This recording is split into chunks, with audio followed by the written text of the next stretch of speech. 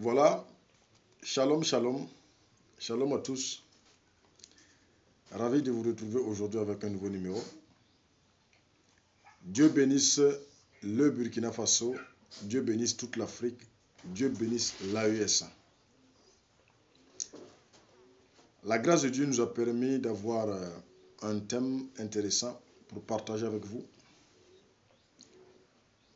Ma prière est que Dieu passe par ce message pour transformer des vies.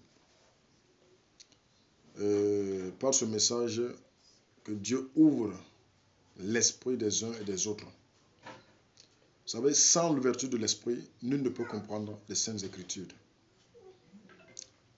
Et la Bible dira dans Luc 24, 45 que Christ a ouvert l'esprit de ses disciples afin qu'ils puissent comprendre les Écritures, n'est-ce pas?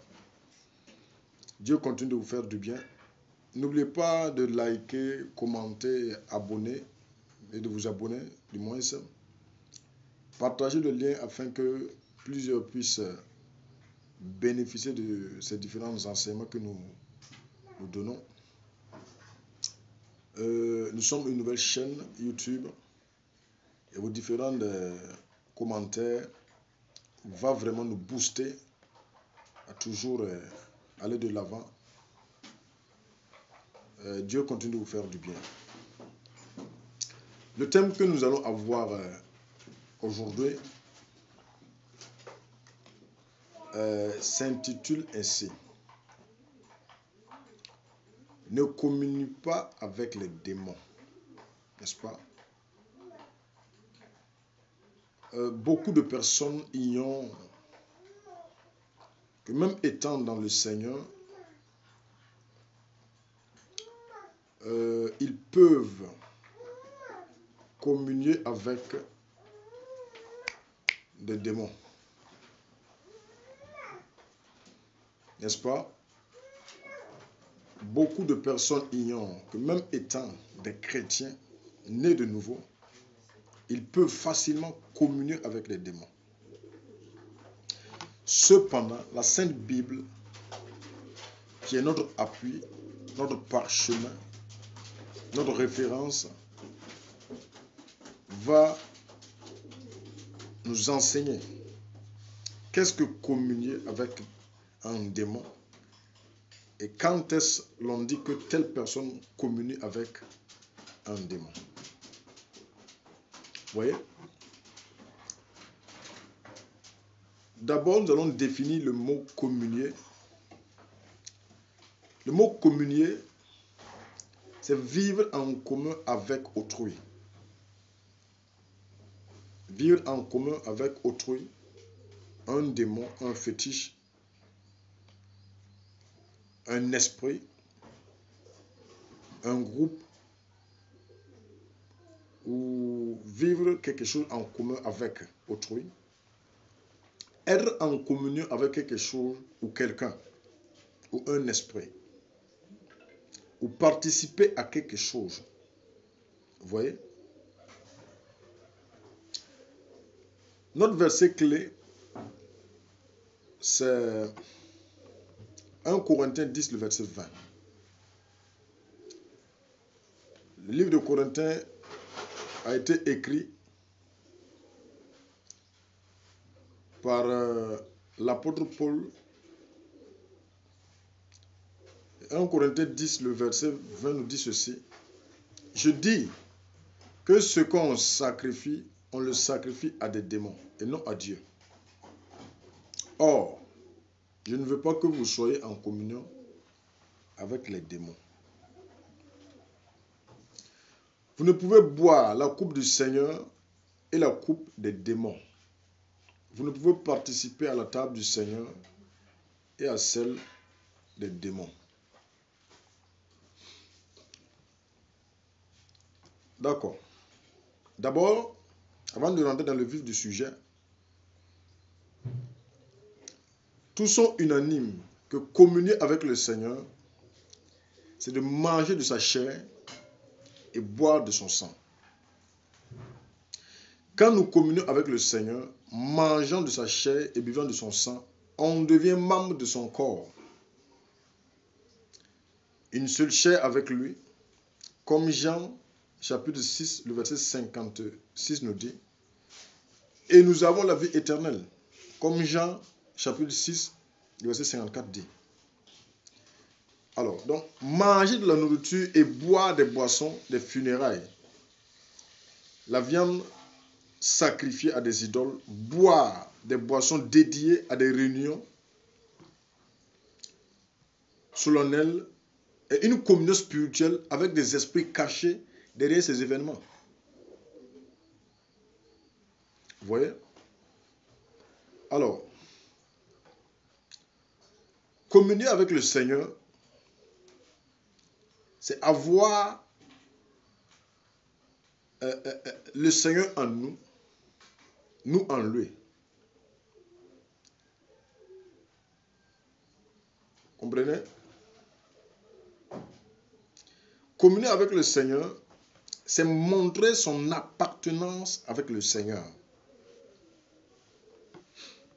Comprenez? Alors, donc, si vous communiez avec un démon, vous montrez au démon que vous l'appartenez. Si vous communiez avec, comment dirais-je, avec le fétiche, vous montrez au fétiche que vous l'appartenez. N'est-ce pas? Alors, c'est pourquoi lui-même dira, un peu de temps et le monde ne me verra plus, mais vous, vous me verrez. Dans Jean 16, le verset 17. Parce que les disciples ont communié avec lui, ils ont mangé de sa chair, ils ont bu de son sang. Et comme Jean 6, si je m'abuse, le dit, celui qui mange de ma chair et boit de mon sang a la vie éternelle. Vous voyez? Donc c'est ainsi la communion. Comprenez, chers frères? Alors, maintenant, comment est-ce qu'on communie avec un démon, ou avec un fétiche, ou avec une idole? D'abord, je voudrais souligner que les démons sont des anges déchus. Les démons que vous entendez, démons, esprit impur, démons, ce sont des anges déchus. Donc, comme ils ont suivi le diable, ils ne peuvent plus être appelés anges.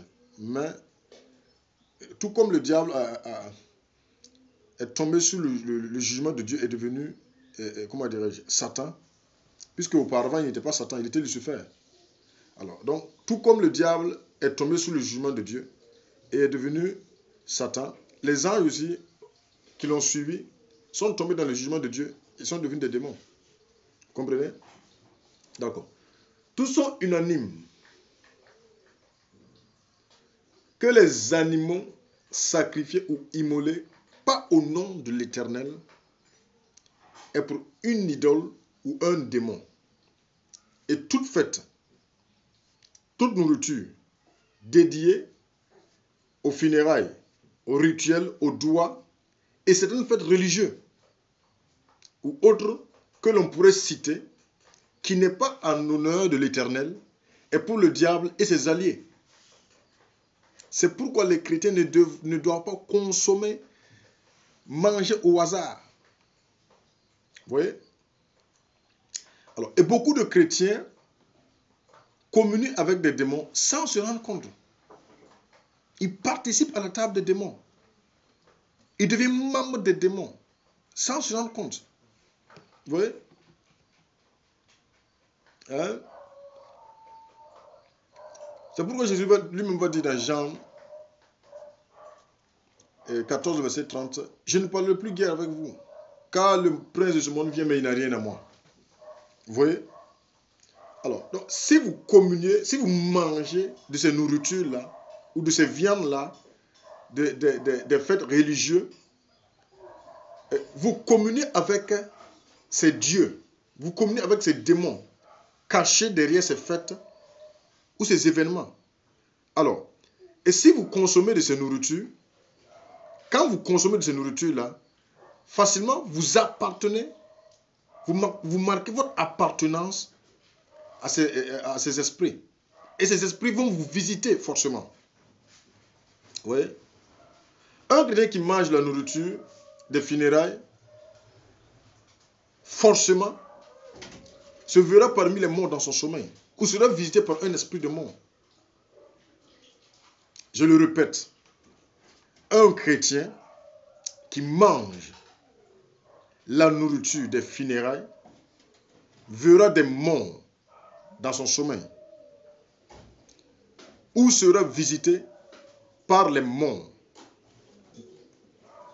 Je le répète encore, un chrétien qui consomme la nourriture des funérailles tisse une alliance, une communion, une appartenance, communie avec les morts, communie avec les esprits de mort.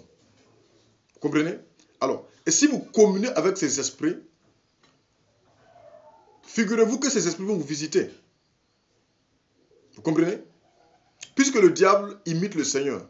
Et comme le Seigneur lui-même va dire que toute personne qui mange de sa chair et qui boit de son sang a la vie éternelle, si vous communiez, vous mangez de la nourriture des funérailles et vous buvez des boissons, facilement, vous tissez des liens, vous communiez avec ces esprits.